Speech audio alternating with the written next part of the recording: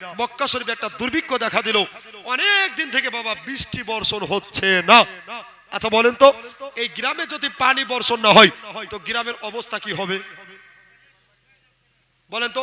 এই গড়বাড়িতে যদি পানি না হয় তো গ্রামের অবস্থা কি হবে? মক্কা শরীফে যত পণ্ডিত ছিল বাবা, নামি দামি গুণীমানী ব্যক্তি ছিল, সব পণ্ডিতকে আপনার ডেকে নিয়ে আসা হয়েছে। আর আরাফাত ময়দানে সবার জন্য দোয়া করছে, কিন্তু দোয়া আর কবুল হচ্ছে না, আর আসমান থেকে বৃষ্টিও পড়ছে না। জোরে বলেন। নবীর মোহব্বত দিয়ে একটা ভাই 500 টাকা পারবেন না? এবার হঠাৎ করে একটা ব্যক্তি বলে উঠল, এই সরদার সাহেবেরা, একটা কথা না বললে হবে না। আমরা তো সবাই দোয়া করলাম, সবাই দোয়া চাইলাম, কিন্তু এই দোয়া যখন কবুল হচ্ছে না, তাহলে আমার একটা কথা শোনো। মক্কা শরীফে একটা পণ্ডিত আছে, একটা জ্ঞানী মানি গুণী ব্যক্তি আছে। বলল কে গো? বলছে শোনো, আব্দুল মুত্তালিবের বেটা, যার নাম হলো হযরতে আবু তালেব। একবার জোরে বলেন সুবহানাল্লাহ। যার নাম হলো আবু তালেব। এবার বাবা হযরতে আবু তালেব উনাকে ডাকেন, উনি যদি দোয়া করে তাহলে পানি হবে, আর যদি দোয়া না করে তাহলে পানি হবে না।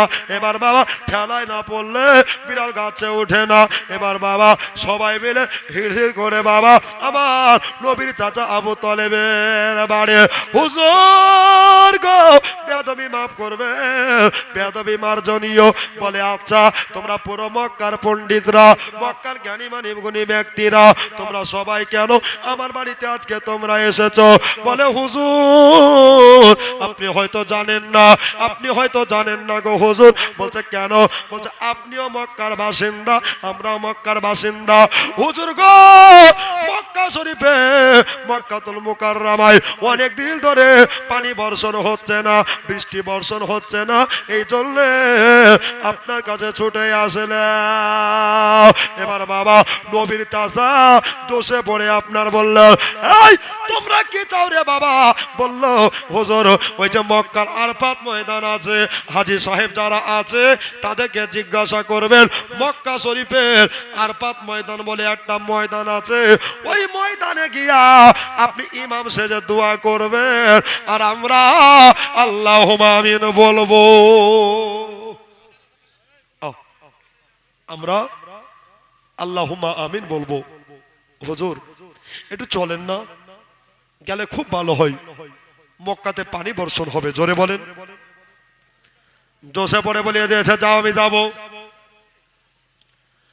পরের দিন সকালবেলা হলো, সকালবেলাতে আয় গোসল করে জুব্বা পাগড়ি পরে আতর মেখে নবীর চাচা এবার সে আরাফাত ময়দানে চলে যাচ্ছে। জোরে বলেন সুবহানাল্লাহ বলেন। আরেকবার জোরে বলেন। বাবা গো নবীর চাচা যাওয়ার পরে পিছন হতে আমার দয়ার নবী মুস্তাফা বলছে দাঁড়াও, ওগো চাচা একবার দাঁড়িয়ে যাও। বলছে কেন? বলছে এই জন্য দাঁড়িয়ে যাও, এই চাচা গো আপনি যার জন্য দোয়া চাইতে যাচ্ছেন, আমি নবী বললাম আসমান থেকে যতই আপনি দোয়া করেন আল্লাহ পানি বর্ষণ করাবে না। আপনারাই বলেন নবী বলে দিয়েছে পানি হবে না, আর কি দোয়া বাবা কবুল হতে পারে?